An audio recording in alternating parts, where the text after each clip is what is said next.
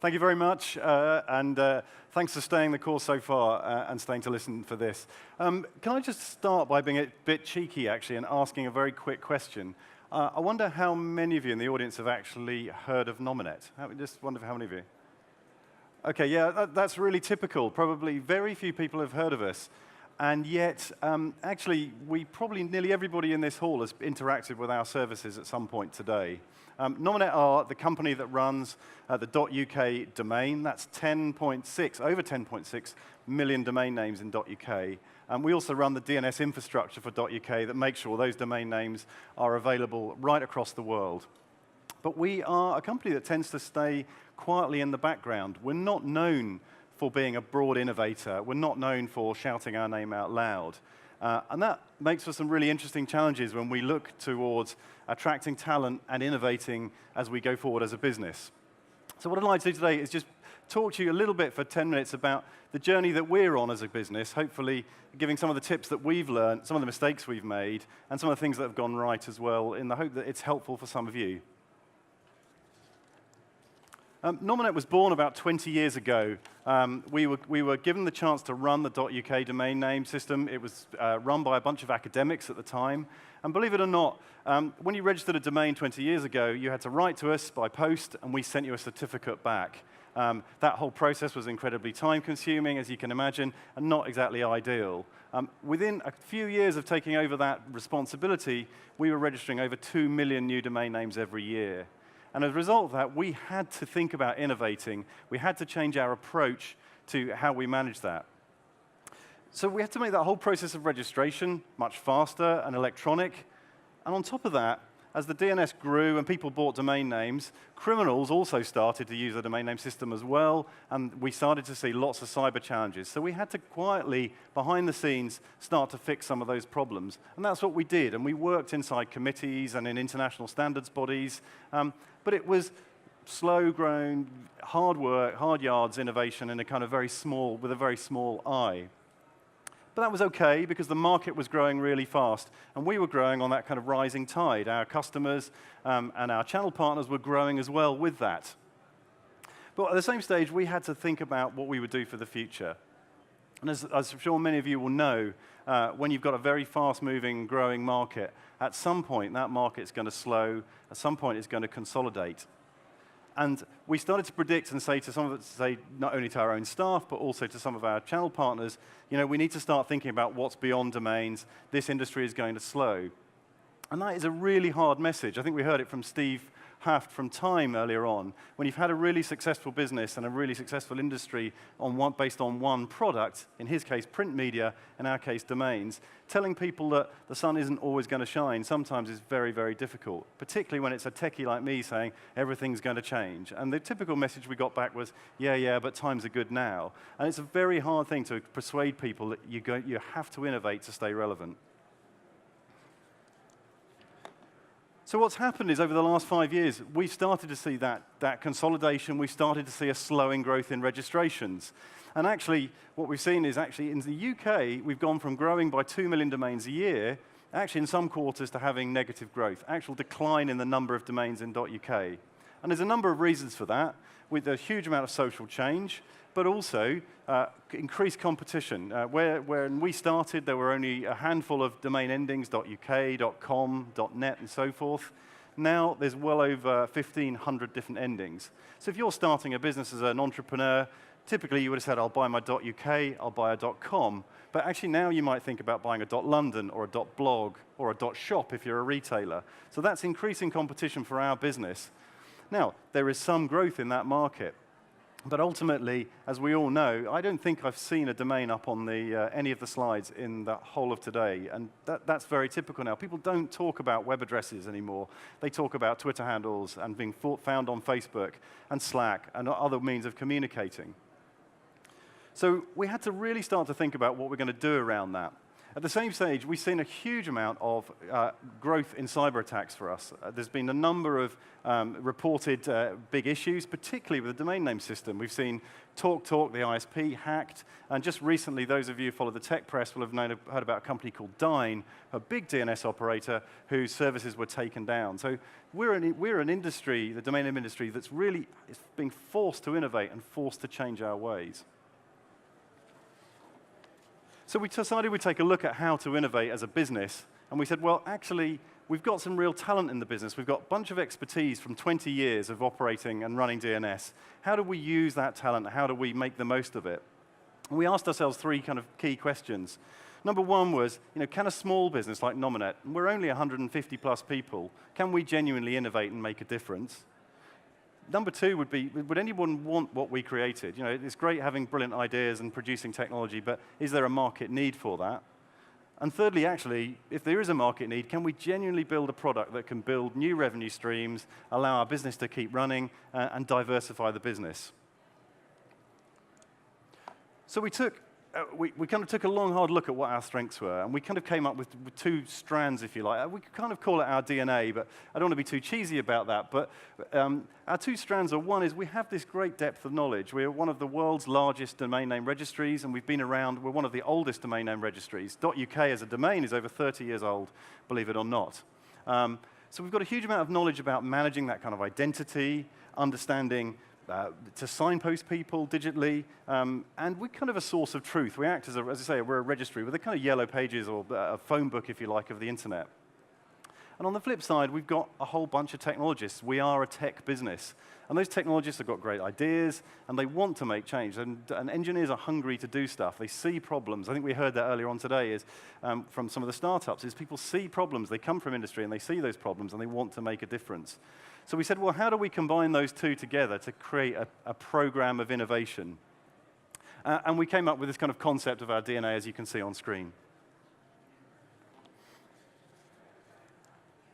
So we looked and we said, well, what can we do? We have an incredible bulk of data. We see something in the region of 5 billion DNS queries per day in .uk. That's a lot of queries. That's about 50,000 or so a second. And inside that signposting information is an incredible amount of rich data about how people are using the internet, how criminals are using it, and how people are interacting and going about their daily business. As we went about exploring that and building and understanding that, we found actually we had to build a set of tools to allow us to mine that data. And so we built a set of tools that suddenly we realized we had a fledgling product on our hands. We found a way of analyzing all of that data, 50,000 queries a second. In fact, we're now managing somewhere in the region of 250,000 queries per second in real time, categorizing it and understanding that.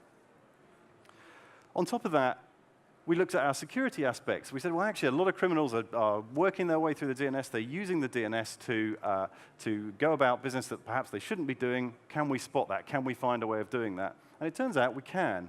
And it turns out we were able to look at the patterns of usage of DNS and start to understand botnets and malware and cybercrime and phishing and spear phishing and all of those kind of crimes that we hear a lot about. Some of the attacks that we've seen in the press, such as TalkTalk, we were able to see actually inside the metadata that was coming out of the domain name system. And then lastly, as we looked at the burgeoning kind of growth field of Internet of Things, we said, well, actually, isn't there going to be a place for a registry in that future? We're going to go from somewhere in the region of 5 billion connected users at the moment to somewhere in the region of 50 billion connected devices, if Gartner's to be believed, within the next 5 years. And all those devices and things are going to need talking to. They're going to need an address. We're going to need to know who owns them. And we thought that actually there's a really strong place for a registry in that space. And so we took all of those things together and we started to create an innovation program. And I'll explain a little bit more at the end of some of the products that we are starting to come out of that approach. But before I do that, I just want to talk about some of the things we learned about trying to start from scratch and build an innovation strategy. I think the first thing that we learned the hard way was it's so important to have support from the top of the organization if you're going to go about innovating. We heard that from Hive this morning, and they said actually, I think it was from Tom Guy, who said, it's so key that actually everybody in the business believes in that journey. And we had to spend time with our board saying, actually, we need to invest right now in order to grow the business. And that wasn't easy because actually you're asking them to make a punt, particularly when it's a very stable revenue stream. Number two, I think we've heard that in every talk, which is hire talent, hire the right talent, and don't be afraid to hire people who challenge the status quo. We're a business that comes from an academic background in Oxford. And actually, the challenge is hiring people into Oxford. It's a hard city to hire into. So we started a hub in London, and we've started to hire into that hub in London. And that has brought really interesting and exciting new people. And that's exactly what Hive was saying. You have to be right in the heart of where the innovators are if you're really serious about innovation. And we had to hire different people with different skills. And that's a challenge when you've got a bunch of PhDs who come from a very academic background. Hiring somebody in skinny jeans with a beard who's got a really brilliant idea and has got absolutely no qualifications whatsoever really challenges that status quo. And actually, we found a way of trying to bring those two together now. Freedom, I think, is really important. We've heard that again. If you're going to allow innovators to innovate, you've got to give them the space. Initially, our board were very, very worried about would our researchers go off and do something crazy? We have a reputation to protect. We've got to have all sorts of stage gates when we go about innovation. And one of the first things we said was, no, in what way do you guys, as experienced board members, actually have the skills to judge how innovators can innovate? The people that are going to be thinking about the next ideas for us are going to be folk whose ideas you probably won't even understand when they bring them to you. And actually, even as a CTO of the business, I have to kind of look and say, I don't really understand that, but I do trust you. I trust your research that you've done. I trust the work that you've done, that actually this is going to lead to something positive. And that's a real mindset change, actually, for a business, particularly one that's got a real legacy of doing the same thing. I think you have to be market-led. It's great being blue sky. It's great having brilliant ideas. But ultimately, somebody's got to write a check for what you produce at the end of it. And we have learnt that the hard way. We have put products out into the market that actually were led by engineers, led by brilliant ideas, and they really didn't get traction. And that has been a painful process. We have now had to adapt our approach. We have a much more pragmatic, much more market-fed approach to our innovation work. And that is really helping. Clicker's died. That's interesting. OK, we're back again. The other thing, I think, is that there's a real, particularly around Internet of Things, we found this a lot. There's a real danger of over-theorizing about stuff. And actually, we said to our researchers, we don't want you to spend hours writing white papers and hours doing the math to try and prove something. Build it, prototype it, get out there. I know we hear a lot about the lean startup mode, and that's so relevant, actually. Get out there and put a product in the market, try it out with some key customers. And that's been hugely successful, and I'll show in a second. Building partnerships has been really key for us. We found that we're only a small business. We've only got 15 researchers and innovators in our business. We have to cover a lot of ground. And actually what we found is by going out and talking and building partnerships with people like Microsoft, the BBC, ARM, the Microbit Foundation, and folk like that, actually it helps to accelerate our own research. And they bring skills, and they bring talent and technology into the mix that actually moves things much more quickly. This one was a challenge for us as a business. We are a business that's been very quiet and deliberately so and kept behind the scenes. But actually talking about the work that you do is so important. And you see it out there in the hall when we talk to startups, is they're so keen and excited to talk about what they're doing. And actually we found we had a real case of engineer syndrome, is that we're not ready to talk about this yet. It's not quite ready. It's like, no, you've got to start pushing it out into the market early. Because what happens when you do that and when you start talking is people start talking to you and they feed into your product and they feed into your innovation pipeline. And they say, oh, have you thought about this? And often, oh, no, I hadn't thought about that. And we found that actually by having something we can talk about and getting it out there via Twitter, via events, by running conferences, by just talking about our early stage products, actually that makes a real difference. Something I hear a lot around the board table is, I don't understand why we're doing this. Aren't Google just going to step in and completely destroy us? And I hear that a lot in the sector. I think everybody assumes that Google's going to do everything, or Amazon, or whoever else you want to pick is going to innovate. They've got huge budgets, and there's no point in innovating. I couldn't disagree more with that. They have huge teams, and they have a lot of great skills. And yes, there will be areas at which they will innovate, and we will innovate, and they may well win out. But what we've discovered in the journey actually is, if we go back to that point about talking about it, is some of the large guys actually said, we're really interested in the work you're doing. We're thinking about that too. Can we work together on it? And actually, we find that we end up in partnership with them rather than competing against them. And that has been a huge learning. And I think our board have had to learn to adapt to say, I know Amazon has got that product out there, but actually we can bring a difference, and here's our slant on that. And I think that's really important. Take your products to market, I think, has been vital. Ultimately, I've got to pay for the innovation function in the business. I have to generate a return. So we've got to get those good ideas and get them out to market. So back to that lean startup mode, but also making sure we haven't just got engineers and techies. We're a very technology-focused business.